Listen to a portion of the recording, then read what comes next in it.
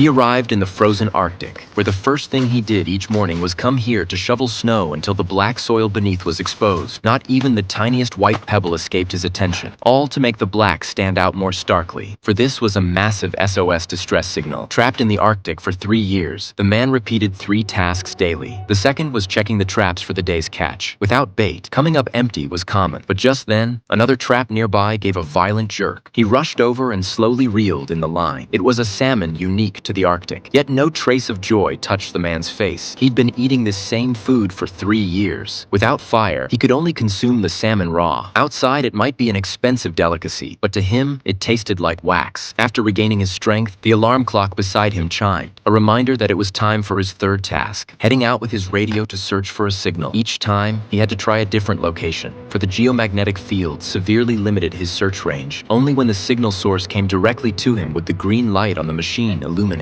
This was the man's daily routine. Yet beyond enduring the Arctic's harsh environment, he also had to remain vigilant against the region's indigenous inhabitants. The next day, he arrived at the trap as usual, only to find the food storage box damaged as if by some creature. The fish inside had vanished. The next moment, he spotted enormous footprints nearby, those of a polar bear. He sprinted back to the plane. In this season of scarce food, it wasn't unthinkable for polar bears to target humans, but after waiting a long time without seeing the bear, the man concluded it must have eaten its fill and left. He resolved to venture out again in search of a signal. Unexpectedly, he spotted the polar bear prowling nearby. Perhaps it was waiting for its prey to lower its guard before striking. For now, the man was safe. He moved to another hilltop and continued shaking the radio. Meanwhile, a massive storm was gathering not far off, soon unleashing fierce gusts of wind. The man had no choice but to leave, but just then, the green light suddenly flashed once. Though it lasted only an instant, he seized the slimmest chance. Sure enough, as he kept shaking the radio, the green light flashed again. He scanned the surroundings for the signal source. The next second, a helicopter suddenly appeared in his field of vision. Spotting it, the man quickly pulled out the smoke signal he'd prepared earlier to call for help. Fortunately, the vast white expanse of the Arctic made the smoke above him stand out even more. The rescue team spotted him almost immediately.